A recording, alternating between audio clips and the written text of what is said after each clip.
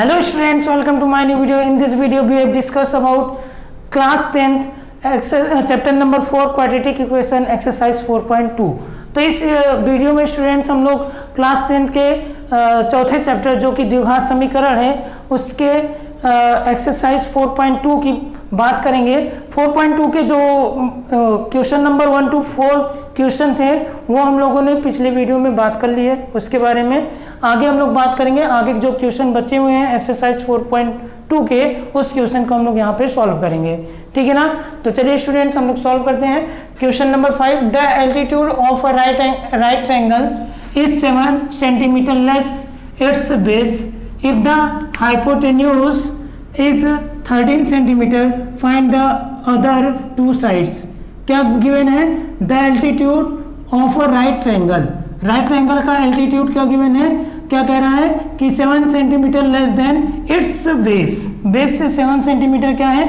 Less है। If the hypotenuse is 13 centimetre, find the other two sides, ठीक है ना। चलिए एक बार हिंदी में रीड कर देता हूं। एक समकोण त्रिभुज की ऊंचाई इसके आधार से 7 सेंटीमीटर कम है। किससे? इसके आधार से 7 सेंटीमीटर कम है। यदि कर्ण 13 सेंटीमीटर का हो तो अन्य दो भुजाएं ज्ञात कीजिए, ठीक है। तो चलिए हम लोग देखते हैं, सॉल्यूशन करते हैं, ठीक है ना। क्या बोल रखा है कि जो एल्टीट्यूड है किसी राइट एंगल का वो 7 centimetre less than it's base, base से 7 सेंटीमीटर लेस है। तो क्या हम लोग को बेस मालूम है? नहीं मालूम है ना, तो बेस हम लोग को कुछ लेट करना पड़ेगा। बात समझ में आई कि नहीं? यानी एक समकोण त्रिभुज की ऊंचाई इसके आधार से 7 सेंटीमीटर कम है, तो ऊंचाई क्या है? आधार से 7 सेंटीमीटर कम है। किससे 7 सेंटीमीटर कम है? आधार से। तो आधार को क्या लेट करना पड़ेगा? एक्स, आधार को एक्स मानना पड़ेगा। तो हम लोग लिखते हैं let the base of a right triangle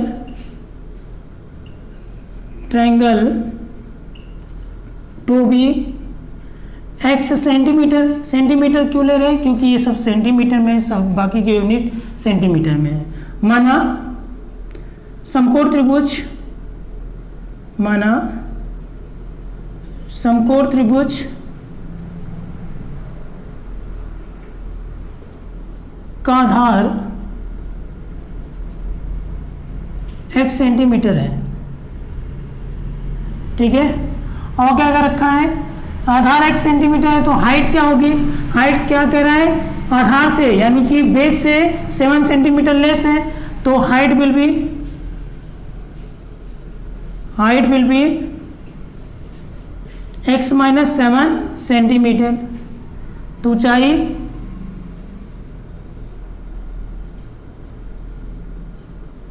ऊंचाई x माइनस 7 सेंटीमीटर होगी, ठीक है ना। तो आगे क्या करेंगे हम लोग? और क्या दे रखा है? और हाइपोटेन्यूज दे रखा है। हाइपोटेन्यूज, ठीक है ना। हाइपोटेन्यूज मतलब कर्ण। क्या दे रखा है हाइपोटेन्यूज?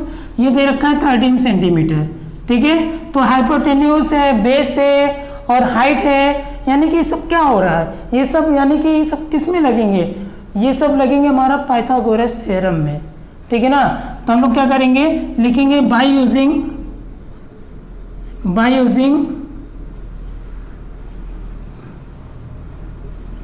पाइथागोरस थ्योरम, ठीक है ना। हिंदी मीडियम वाले लिख लीजिएगा पाइथागोरस प्रमेय से या पाइथागोरस प्रमेय का प्रयोग करने पर, ठीक है ना। पाइथागोरस प्रमेय का प्रयोग करने पर, ठीक है। तो अगर हम लोग करेंगे तो क्या हो जाएगा? यहाँ पे होता है क्या? हाइपोटेन्यूज का स्क्वायर यानी कर्ण का स्क्वायर, तो h से ही करते हैं, इक्वल टू हाइट यानी क्या हो जाएगा? परपेंडिकुलर हो जाएगा। तो परपेंडिकुलर यानी p स्क्वायर हो जाएगा, ठीक है ना। परपेंडिकुलर यानी p स्क्वायर हो जाएगा, हाइट यानी परपेंडिकुलर, और प्लस क्या हो जाता है? बेस यानी आधार और b स्क्वायर, यही होता है, ठीक है ना। परपेंडिकुलर यानी लंब, यानी कि कर्ण का स्क्वायर बराबर लंब का स्क्वायर प्लस आधार का स्क्वायर, ये होता है, ठीक है ना। तो हाइपोटेन्यूज यानी कर्ण क्या दे रखा है 13 सेंटीमीटर यानी 13 का स्क्वायर, परपेंडिकुलर यानी हाइट, यहाँ पे हाइट को हम लोग परपेंडिकुलर लेकर चलेंगे तो x माइनस 7 सेंटीमीटर, क्योंकि हाइपोटेन्यूज क्योंकि राइट एंगल ट्रायंगल है तो x माइनस 7 सेंटीमीटर, तो x माइनस 7 का होल स्क्वायर क्योंकि स्क्वायर लगा हुआ है, प्लस बेस क्या है, बेस यानी आधार, आधार क्या लेट किया हम लोग, बेस क्या लेट किया है x का स्क्वायर, ठीक है ना। तो 13 का स्क्वायर 169 होगा equal to a minus b का होल स्क्वायर होगा, तो a square plus b square minus 2ab और प्लस x स्क्वायर हो गया, ठीक है ना। फर्दर अगर हम लोग सॉल्व करेंगे इसको तो 169 equal to x square plus 49 minus 2 7 जा 14x और प्लस एक्स स्क्वायर हो गया। एक्स स्क्वायर और एक्स स्क्वायर कितने हो गए 2x स्क्वायर हो जाएगा, ठीक है ना। और माइनस 14x को लिख लीजिए पहले, फिर प्लस 49 को लिख लीजिए, प्लस 49 को 169 को इधर ले आइए तो माइनस 169 इक्वल टू क्या हो जाएगा 0 हो जाएगा, ठीक है ना। तो 2x स्क्वायर माइनस 14x हो जाएगा यहाँ पर, ठीक है ना। अब इसको सब्ट्रैक्ट कर लीजिए तो क्या हो जाएगा आपका माइनस 0 और 6 में से 4 क्या आ जाएगा 2 120, कितना आ गया आपका 120 इक्वल टू क्या हो गया 0, ठीक है ना। 122 जा कितना होगा 240, मल्टीप्लाई करने पर 240 आना चाहिए, यहाँ क्या आना चाहिए 14 आना चाहिए, ठीक है ना। मल्टीप्लाई करने पर 240 आना चाहिए और यहाँ पे क्या आना चाहिए 14 आना चाहिए, ठीक है ना। तो चलिए देखते हैं हम लोग कैसे कर सकते हैं, 240 हमको लाना है, यहाँ पे 14 लाना है, ठीक है ना। अब जरा एक बात ध्यान दीजिएगा, क्योंकि दोनों के दोनों प्लस में माइनस में, दोनों के दोनों क्या है माइनस में है, यानी कि 14 को हम लोग को ऐसे दो पार्ट में डिवाइड करना है कि उन दोनों नंबर को अगर हम लोग वो सब्ट्रैक्ट करेंगे तो क्या मिलना चाहिए हमको 14 मिलना चाहिए, ठीक है ना। सब्ट्रैक्ट करेंगे तो क्या कर सकते हैं हम लोग यहाँ पर, हम लोग यहाँ पे 26 नहीं हो जाएगा, ये तो नहीं होगा 240 सी। अब हम लोग क्या करते हैं फैक्टराइज करते हैं, मैं इजी वे बता रहा हूँ आपको, बाकी सोच तो सकते हो सब। तो 2 1 जा 2 2 2 जा 4 0 हो गया, 2 6 जा 12 और ये क्या हो गया 0 हो गया, ठीक है ना। 2 ये 30 हो जाएगा, 2 फिर 15 हो जाएगा, फिर 3 5 जा 15 हो जाएगा, फिर 5 1 जा 5 हो जाएगा, ठीक है ना।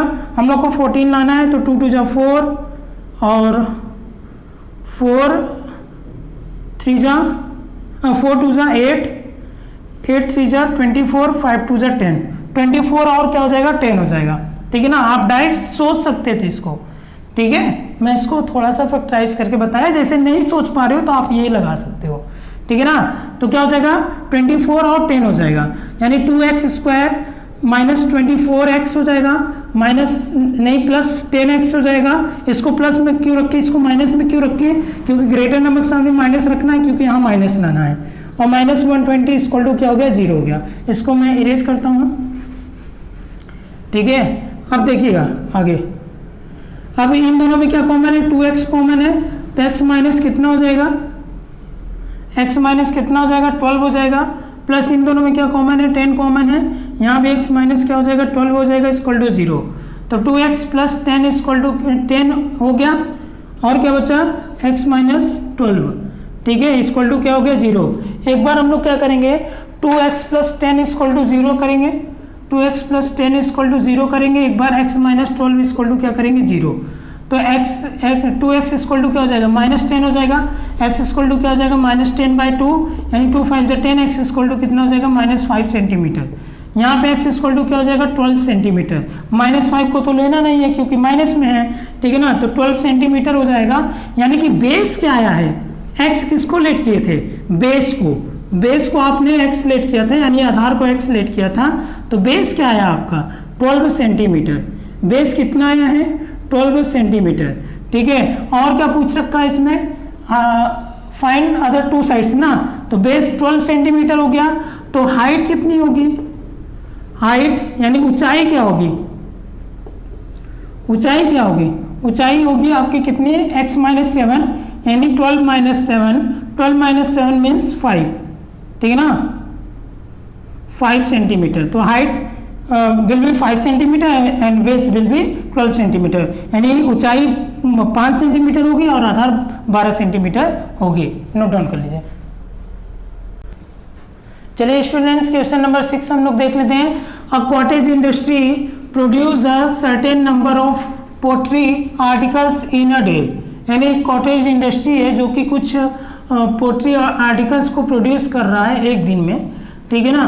It was observe on a particular day, और किसी पर्टिकुलर दिन ये देखा गया कि that the cost of production of each article, ठीक है ना, ईच आर्टिकल के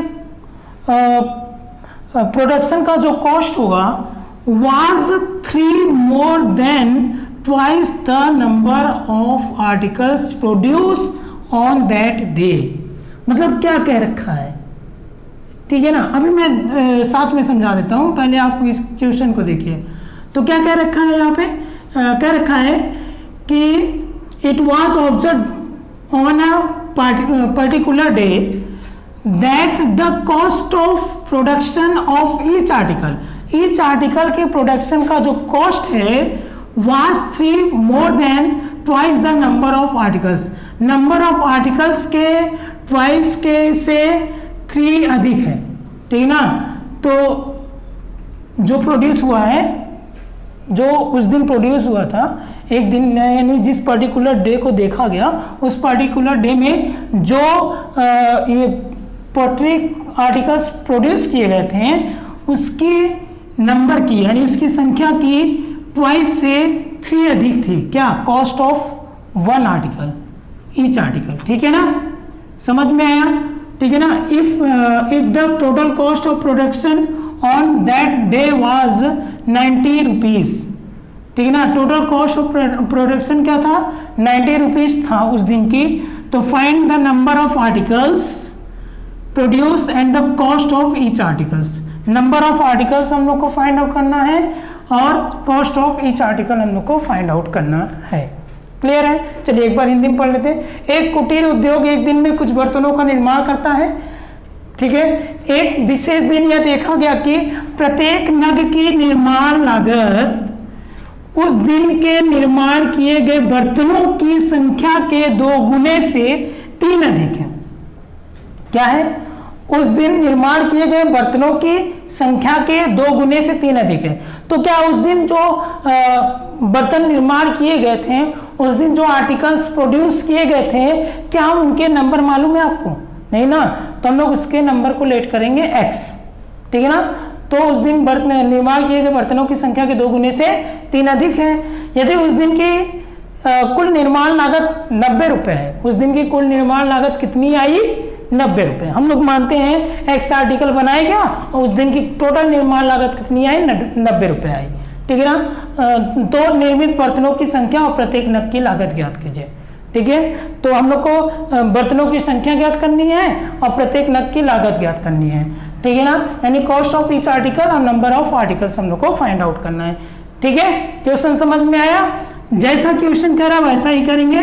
क्या कह रखा है कि जो कॉस्ट है ईच आर्टिकल्स का वो नंबर ऑफ आर्टिकल्स के ट्वाइस से 3 अधिक है। तो late the number of articles, हम लोग को नंबर ऑफ आर्टिकल्स मालूम ही नहीं है। Let the number of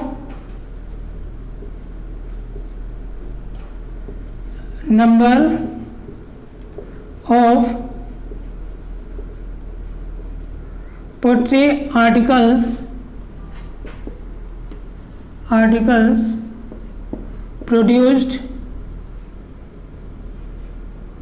produced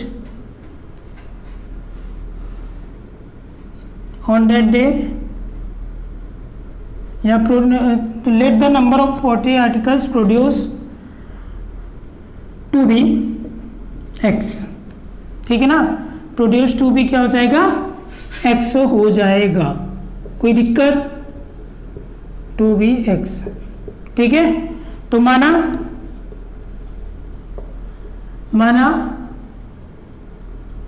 निर्माण किए गए बर्तनों की संख्या, निर्माण किए गए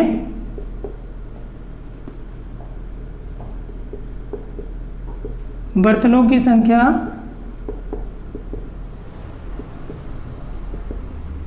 x है, ठीक है ना। निर्माण किए गए बर्तनों की संख्या क्या है, x है। ठीक है, तो आगे क्या कह रखा है देखिएगा, क्या कह रखा है कि प्रत्येक बर्तन के निर्माण की जो लागत होगी वो क्या होगी, बर्तनों की संख्या के 2 गुने से 3 अधिक होगी। ठीक है ना, तो प्रत्येक आर्टिकल्स की प्रोडक्शन की जो कॉस्ट होगी वो नंबर ऑफ आर्टिकल्स के ट्वाइस से 3 मोर देन होगी। क्या कह रखा है कि हर एक आर्टिकल्स का जो प्रोडक्शन का जो कॉस्ट होगा, उनके निर्माण की जो लागत होगी वो क्या होगी, नंबर ऑफ आर्टिकल्स यानी x, बर्तनों की संख्या के 2 गुने से 3 अधिक होगी, 3 अधिक होगी, तो 3 अधिक कर दिए। ठीक है ना, और क्या कह रखा है कि the total cost of production on that day was 90 rupees, यानी कि उस दिन जो टोटल प्रोडक्शन हुए ना उनका टोटल कितना दे रखा है, 90 रुपीज। तो उस दिन टोटल कितने प्रोडक्शन हुए हैं, x ना, तो x का मल्टीप्लाई कीजिए, ये कॉस्ट है, 1 आर्टिकल्स का कॉस्ट है, ईच आर्टिकल का कॉस्ट क्या है, 2x + 3। ठीक है ना, प्रत्येक बर्तनों की संख्या, वो बर्तनों की लागत जो है, ठीक है ना, जो नग की लागत है वो 2x + 3 है, और उस दिन कितने बर्तन बने थे, x बने थे। ठीक है ना, तो x और 2x + 3 यानी बर्तनों की संख्या और कॉस्ट का मल्टीप्लाई कर दीजिए, टोटल कितना आ जाएगा, 90 रुपये। ठीक है ना, समझ में आया कि नहीं आया, बस अब क्या करना है, इसको मल्टीप्लाई कीजिए, 2x² हो जाएगा प्लस 3x हो जाएगा = 90 हो जाएगा।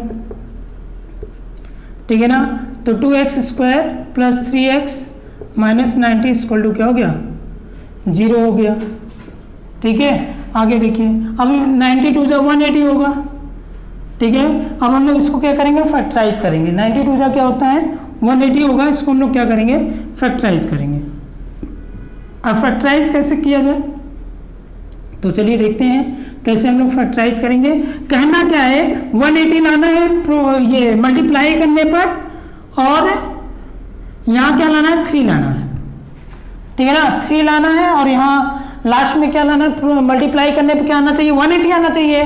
ठीक है ना, और 3 को ऐसे 2 नंबर्स में डिवाइड करना है कि उन दोनों नंबर का मल्टीप्लाई करने पर क्या आना चाहिए, 180 आना चाहिए। ठीक है ना, और उन्हीं दोनों नंबर को सब्ट्रैक्ट करने पर क्या आना चाहिए, 3 आना चाहिए। कोई प्रॉब्लम नहीं ना, तो कैसे किया जाए, तो 2x² plus 15x minus 12x minus 90 ये हम लोग कर सकते हैं। ठीक है ना, तो इन दोनों में क्या कॉमन है, x कॉमन है, तो 2x प्लस 15 हो जाएगा। ठीक है ना, माइनस इन दोनों में = 0। इन दोनों में क्या कॉमन है, इन दोनों में आपका कॉमन हो जाएगा 6 कॉमन हो जाएगा, तो 2x प्लस 15 हो जाएगा = 0। अब क्या कॉमन है दोनों में, 2x प्लस 15 कॉमन है, और x माइनस 6 = 0। एक बार ये बराबर 0 यानी 2x प्लस 15 बराबर 0, एक बार x माइनस 6 बराबर क्या हो जाएगा, 0। तो 2x बराबर क्या हो जाएगा, -15 हो जाएगा, x बराबर क्या हो जाएगा, -15 बाई क्या 2 हो जाएगा। ठीक है ना, और एक x बराबर क्या हो जाएगा, 6 हो जाएगा। तो हम लोग को ये तो लेना नहीं है, हम लोग को ये लेना है, x बराबर क्या हो जाएगा, 6 हो जाएगा। तो number of articles, hence number of articles will be 6। ठीक है ना, और कॉस्ट ऑफ ईच आर्टिकल, ठीक है ना, कॉस्ट ऑफ ईच आर्टिकल का कॉस्ट कितना था, 2x प्लस 3। ठीक है, तो 2x प्लस 3 यानी 2 × 6 प्लस 3, 2 × 6 = 12, 12 3 और 15, कितना रुपीज है, 15। ठीक है ना, तो हिंदी मीडियम वाले क्या लिखोगे, अतः ये बर्तनों की संख्या 6 होगी, और प्रत्येक नग की लागत क्या होगी, 15 रुपए होगी। लिख लीजिए आप।